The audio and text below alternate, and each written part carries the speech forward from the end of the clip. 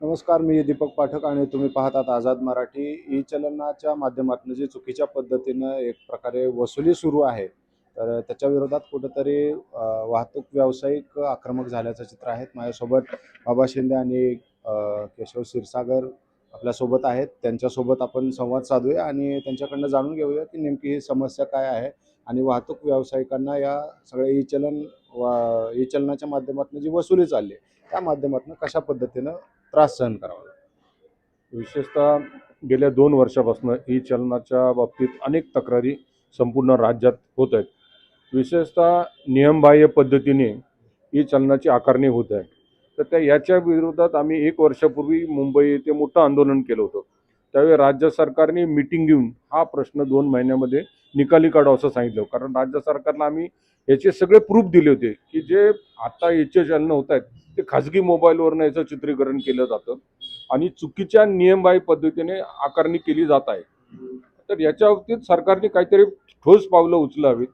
आपल्या शेजारच्या राज्यांनी 2 वर्षापूर्वी ज्यांच्याकडे अशा पद्धतीने चुकीची चलनं झालेली आहेत ती सगळी माफ केली. तर तशा पद्धतीने आपल्या राज्य सरकारने ही ई चलनाची दंडाची रक्कम माफ करावी अशा बाबतीत आमची मिटिंग झाली होती. या बाबत सरकारने कमिटी पण नेमली. त्या कमिटीने त्यांचा अहवाल राज्य सरकारकडे दिला. परंतु गेल्या वर्षभरात आम्ही सातत्याने प्रयत्न करून देखील याच्या बाबतीत कुठलीही ठोस कारवाई झाली नाही. दुर्दैवाने आता जानेवारीमध्ये एक नवीन नियम आला ई चलनाबाबत. त्या त्या नियमावलीमध्ये असं लिहिलेलं आहे की जर वाहन चालकाने 45 दिवसात जर तुमचं दिलेलं ई चलनाची दंडाची रक्कम भरली नाही तर तुमचं वाहन ब्लॅकलिस्टेड केलेलं जाईल.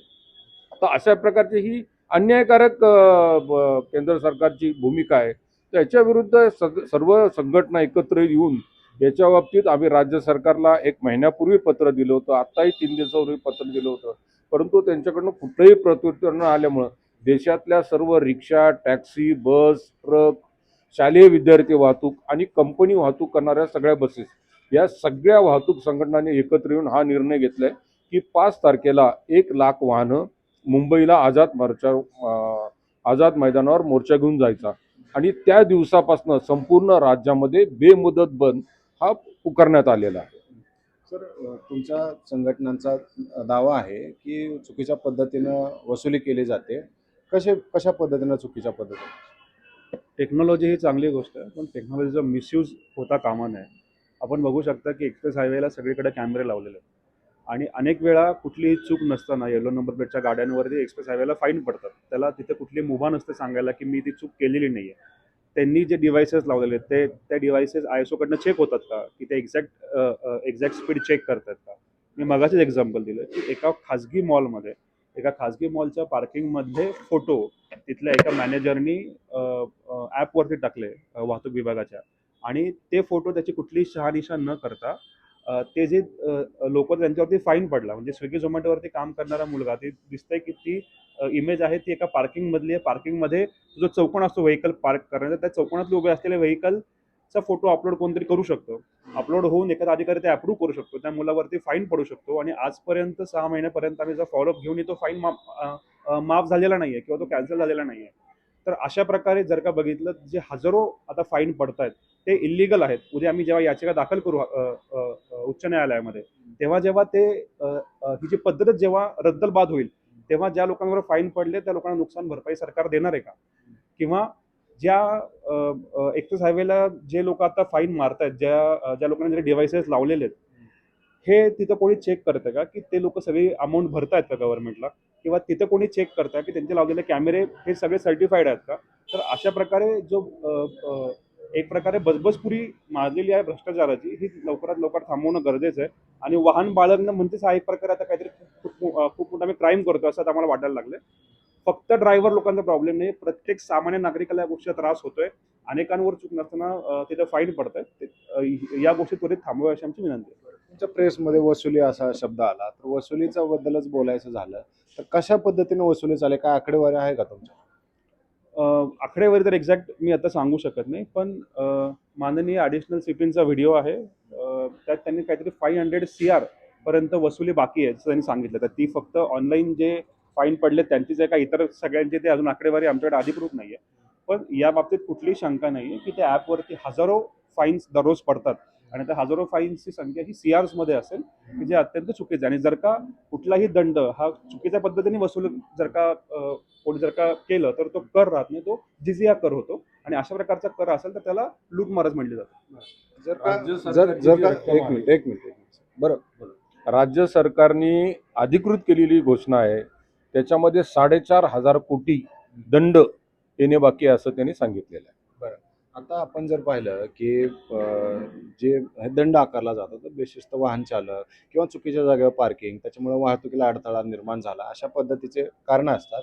मग सर, ड्रायव्हर लोकांची पण ही जबाबदारी आहे ना, की वाहन व्यवस्थित ठिकाणी पार्क करणं, वाहन नियमानुसार चालवणं. माझं एक प्रामाणिक मत आहे, तुमच्या चॅनलद्वारे मी सगळ्यांना विनंती करतो, चुकीचं असेल तर त्याच्यावर शिक्षा झाली पाहिजे असं आमचं प्रामाणिक मत आहे. परंतु तुम्ही हिथं पार्किंग करू नका, कुठं पार्किंग करावं ह्याची काही तर पायाभूत सुविधा तुम्ही निर्माण केली पाहिजे का नको. आज जो वाहन चालक रोडवर येतो किंवा आता पुणे मुंबईत आपण बघतो किंवा शहराच्या बाहेर बघतो, तर आपण काय ट्रक टर्मिनस दिलेत का, पार्किंग टर्मिनस दिलेत का, बस टर्मिनस दिलेत का, अशा प्रकारची कुठली सुविधा तुम्ही देत नाही. आणि तुम्ही एका दुसरीने आता शाळेची बस आहे, पिकअपला थांबली तरी खालनं पोलीस फोटो काढतोय, ड्रॉप केलं तरी फिट काढतो किंवा म्हणजे अशा प्रकारे मग करायचं काय. अशा पद्धतीने येतो. चुकीला आम्ही कधीही म्हणणार नाही की माफ करा, परंतु चुकीच्या पद्धतीने नियमबाह्य दंड लावलेत त्याच्या बाबतीत आमचं फक्त ऑब्जेक्शन आहे. आता हे सगळं जे जेव्हापासून सुरू झालंय तर त्याचा काय परिणाम झालाय व्यवसायावर? व्यवसायावरती परिणाम असं झाला की ऑलरेडी या आपल्या देशामध्ये जे कामगार क्षेत्रातले हे जे वाहतूकदार आहेत, रिक्षा चालक असतील, कॅब चालक असतील, स्विगी वर्कर्सचे जे वर्कर्स आहेत, ते अत्यंत त्यांचा इन्कम फार कमी आहे, तुटपुंज आहे. आणि जेव्हा केव्हा असा प्रकारचा एखादा मोठा फाईन त्याच्यावरती बसतो तेव्हा त्याचं वर्षभराचं आर्थिक गणित बिघडतं. आणि मग तो कुठेतरी लोनवरनं पैसे आणतो, सावकाराकडनं पैसे आणतो, त्याचं एकंदरीत संपूर्ण कुटुंब संकटामध्ये येतं. त्यामुळं आणि विषय असा आहे की चूक ही माणसाकडनं होतेच, पण जगामध्ये हा नियम मान्य आहे की चूक करताना तुमचं इंटेन्शन पण चूक करण्यात असलं पाहिजे. चुकून जर का तुमच्याकडे एखादी चूक झाली तर तो आपल्या कायद्यात कुठल्या प्रकारे गुन्हा मानला जातो. खून जरी झाला तरी पण ते आधी इंटेन्शन चेक करतात. तर हे जे खून आहेत, हे जे काय या ज्या घटना आहेत की रस्त्यावरती आपलं वाहन थोडा वेळ आपण थांबवलं साईडला, तर याचा अर्थ मला वाहतुकीला अडथळा करायचा होता, मध्ये इंटेन्शन नव्हता. मे बी एखाद्या वयस्कर माणसाला उतरायचं असेल म्हणून मला तिथे थांबवावं लागेल. तर अशा गोष्टींचा विचार करावा आणि मगच त्याच्या पुढं हे IAS अधिकारी आहेत, IAS लेवलचे अधिकारी आहेत, त्यांनी निर्णय घेताना हे अपेक्षित असते की त्यांनी एखाद्या नवीन स्टार्टअप जो 20-22 वर्षाची मुलं चालू करतात त्यांच्यासारखं न वागता त्यांनी सर्व बाजूनी याचा निर्णयाचा विचार करावा आणि मगच ते लागू करावा अशी आमची विनंती आहे. सर, आता जे फोटोचा जे तो उल्लेख केला यांच्या बोलण्यात आला की फोटो हे कोण काढून अपलोड करू शकते आता त्यांच्या ॲपवरती, आणि कॉमन लोकांमध्ये याच्यामधल्या माध्यमातून पुढे भविष्यात तुम्हाला काय दिसतं, याच्यामधनं भांडणं होऊ शकतात, वाद होऊ शकतात? सर, काय झालंय, पुण्या ट्रॉफिक कॉपनी एक ॲप जाहीर केलेलं आहे. त्या ॲपवर कुणीही नागरिक, पुणे शहरातला कुणीही नागरिक जर कोणी चुकीचं कृत्य करत असेल तर त्याचा फोटो काढून लोड होतो. पण ते लोड केल्यानंतर त्याची शहानिशा झाली पाहिजे का नाही. का माझा आणि एखाद्या रिक्षावाल्याचा वाद आहे, माझा टॅक्सीवाल्याचा वाद आहे, म्हणून मी त्याची गाडी कुठे उभी आहे चुकीच्या पद्धतीने फोटो काढणार आणि तो अपलोड करण्याबद्दल वाद नाही, परंतु त्याची शहानिशा झाली पाहिजे. चुकीचं असेल तर त्याला दंड नाही लागला पाहिजे, एवढंच आमचं प्रामाणिक मत आहे. पण याचा काय परिणाम होतील, तुम्हाला काय दिसतं? नाही, आता ह्याच्यामध्ये भयानक मोठी अवस्था आहे. अशा पद्धतीने साहेब, तुम्हाला माहित नाही, पुण्यातले जर 40 लाख वाहनं असतील ना, तर त्यातल्या 30-35 लाख लोकांना 10 ते 50,000 पण दंड आले असतील. तर ह्या गाड्यांचे व्यवहार करताना किंवा कुठलंही काम करताना हे लोक पुढची फार अडचणीत आहे. अजून लोकांना ह्याचं महत्त्व कळलं नाही. म्हणून हे आंदोलन आहे ना, हे आम्ही जन आंदोलन म्हणून करतोय. आम्ही वाहतूकदार 30% असलो तरी 70% हे सर्वसामान्य वाहतूकदार आहे, वाहन चालक आहे. त्या वाहन चालकाला आपल्या वाहनावरचा दंडाची रक्कम जेव्हा कळेल तर तेव्हा तो अतिशय मानसिकरित्या खस्त आणि आर्थिकरित्या खस्त झालेला वाहन चालक असेल, तो त्याला जागं करण्याचं काम करतो. म्हणून आम्ही हे जन आंदोलन म्हणतो. आता जर पाहिलं आपण तर हे शिस्त लागावी म्हणूनच आहे असं सांगितलं जात आहे सरकारकडनं. मात्र आता तुम्ही आंदोलनाच्या पवित्रत आहात, आता सरकारकडे तुमची काय मागणी असणार आहे, कशा पद्धतीनं सामोरं जाणार? वेळ दिलेली आहे, 5 मार्चपर्यंतची वेळ दिलेली आहे. तेव्हा आमचं आंदोलन आहे. सरकारला जर का वाटलं की आपल्याकडनं काही चुकीचं होतं किंवा काही स्कोप आहे, ॲटलिस्ट सरकारचं काम आहे की डिस्कशन व्हावं, डेलिबरेशन व्हावं आणि आमचे मुद्दे समजून घ्यावे, तोपर्यंत ते निर्णय होल्डवर टाकावेत. आणि जोपर्यंत याच्यावर एकमत होत नाही, कारण की आम्ही सुद्धा नागरिक आहोत, आमच्याकडे सत्ता नसली किंवा आम्ही अधिकारी नसलो तरी पण आम्हाला बोलण्याचा अधिकार आहे आणि असंख्य सामान्य लोकांचं आमच्या मागण्यांना समर्थन आहे. जर का येत्या काळामध्ये या गोष्टीवर तोडगा निघाला नाही तर संविधानाने आम्हाला आंदोलन करण्याचा अधिकार दिलेला, आम्ही तीव्र आंदोलन निश्चितच करू. काय स्वरूप असणार आहे 5 तारखेला नेमकं काय घडेल? 5 तारखेचं आंदोलन हे अत्यंत शांततापूर्ण मार्गाने आम्ही आझाद मैदानावरती जमवून ते आंदोलन करण्याचं ठरवलंय, जो आमचा संविधानिक अधिकार आहे. परंतु साहजिक आहे, जेव्हा लाखो, म्हणजे हा प्रश्न काय 1.5 लाख बस चालकांचा नाही आहे, फक्त 18 लाख रिक्षा आणि कॅब चालकांचा सुद्धा आहे. आणि इतक्या मोठ्या संख्येने जेव्हा रिक्षा, कॅब चालक, बस व्यावसायिक, ट्रक व्यावसायिक आझाद मैदानकडे कूच करतील, तेव्हा साहजिक आहे की अनेक ठिकाणी प्रॉब्लेम्स होऊ शकतात वाहतुकीला. त्यामुळे आझाद मैदानला आम्ही लाखो संख्येने जाऊच, ती वेळ येऊ नये याच्यासाठी सरकारकडे 2 तारखेची मुदत आहे, जेव्हा आमची बैठक आयोजित आहे, शेड्यूल्ड आहे.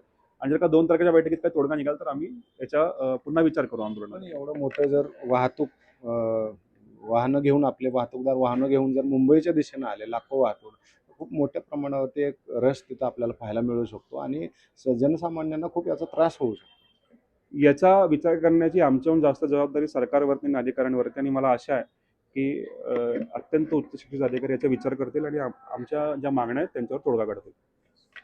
तर आपण पाहिलं की वाहतूकदार संघटनेचे काही प्रातिनिधिक स्वरूपात आपले जे प्रतिनिधी आहेत त्यांच्याशी आपण संवाद साधला. त्यांचं असं म्हणणं आहे की सरकारने आमच्या ज्या मागण्या आहेत त्याच्यावरती गांभीर्याने विचार करावा, अन्यथा 5 तारखेचं जे आंदोलन आहे तर ते आम्ही 100% करूच. याच्यामधनं जो काही त्रास होईल त्याला पूर्णपणे जबाबदार सरकार असणार आहे. सरकारने आमच्याशी चर्चा करावी आणि हा वाद मिटवावा. ही जी अन्यायकारक अशी लूट सुरू आहे ती थांबवावी असे त्यांच्याकडनं सांगण्यात येत आहे.